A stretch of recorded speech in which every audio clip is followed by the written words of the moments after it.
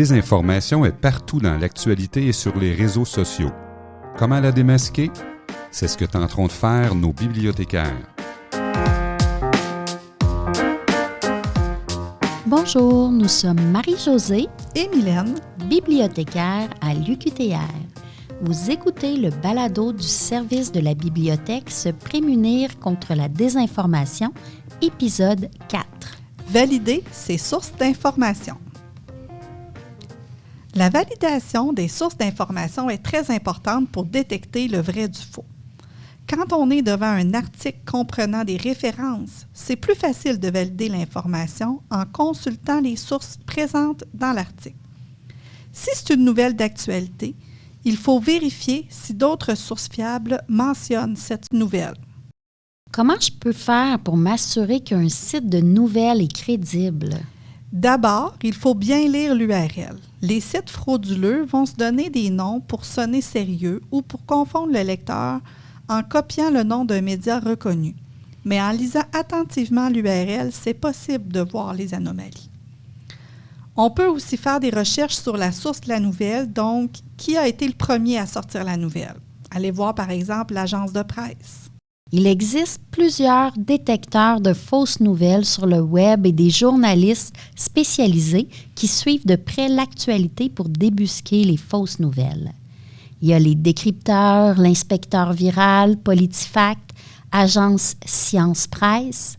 Une liste avec les liens est disponible sur la page du balado dans la section « Formation » du site web de la bibliothèque. J'ai un exemple d'une fausse nouvelle qui a fait beaucoup jaser en juin 2019. La nouvelle d'une adolescente euthanasiée légalement pour des raisons de souffrance psychologique qu'elle avait développées à la suite d'un viol. Donc, entre autres, le Journal de Montréal reprend la nouvelle ici au Québec. Les chroniqueurs donnent leur opinion sur la nouvelle, mais le lendemain, l'information a été démentie. Dans les faits, l'adolescente s'était vue refuser l'euthanasie, mais elle a décidé d'arrêter de s'alimenter. Donc, il arrive parfois que de fausses nouvelles se glissent par accident dans les médias traditionnels. Le cas de cette jeune femme prétendument euthanasiée peut provoquer de fortes émotions chez les gens qui lisent la nouvelle. C'est l'un des premiers signes courants de la désinformation. Aussitôt qu'on est face à des propos osés sur une question controversée ou des affirmations étonnantes, il faut se poser des questions. Parfois, ça peut être le contraire. La nouvelle semble trop belle pour être vraie. Il faut faire attention aux pièges à clics. Souvent, les fausses nouvelles peuvent reposer sur des informations valides et vraies, mais qu'on exagère, qu'on déforme ou qu'on sort complètement de leur contexte. Finalement, on peut se questionner sur la provenance de la nouvelle. Est-ce que l'information est devenue virale à cause des réseaux sociaux? N'oubliez pas qu'il n'y a pas de vérification des faits sur les réseaux sociaux.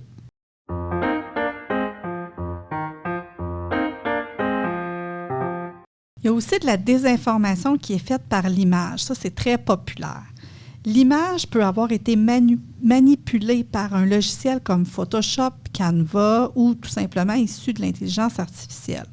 Au départ, la personne peut avoir seulement eu une idée artistique, mais si la photo est reprise avec des intentions malveillantes ou hors contexte, c'est là qu'il y a de la désinformation.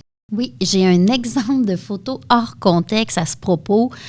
On a sorti une photo de Stephen Harper avec une coiffe de chef autochtone alors que celui-ci avait participé à une cérémonie dans une communauté au sud de l'Alberta. Donc, c'est en 2018 que cette photo-là a été partagée plus de 6000 fois avec toutes sortes de commentaires qui laissaient croire que le premier ministre du Canada à ce moment-là était déguisé ainsi à l'Halloween alors que c'était complètement faux. Il existe des logiciels qui permettent de faire une recherche inversée d'une photo afin de trouver la photo originale. On va vous en nommer deux. Il y a Google Images et TinEye.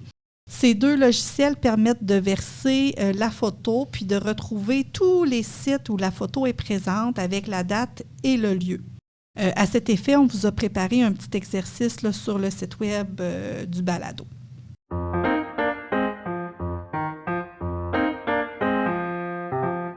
Une dernière chose, avec l'intelligence artificielle, c'est maintenant possible de créer entièrement des balados.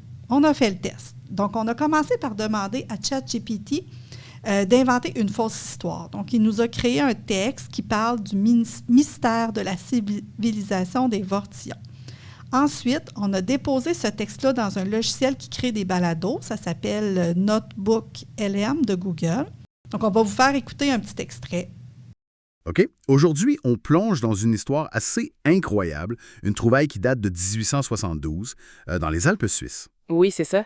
L'archéologue Gustav von Reckenberg qui tombe sur des tablettes. Exact. Puis c'est gravé dans une langue, inconnue, pantoute. Fait que ça lance l'idée d'une civilisation perdue, les Vortillons. C'est fascinant.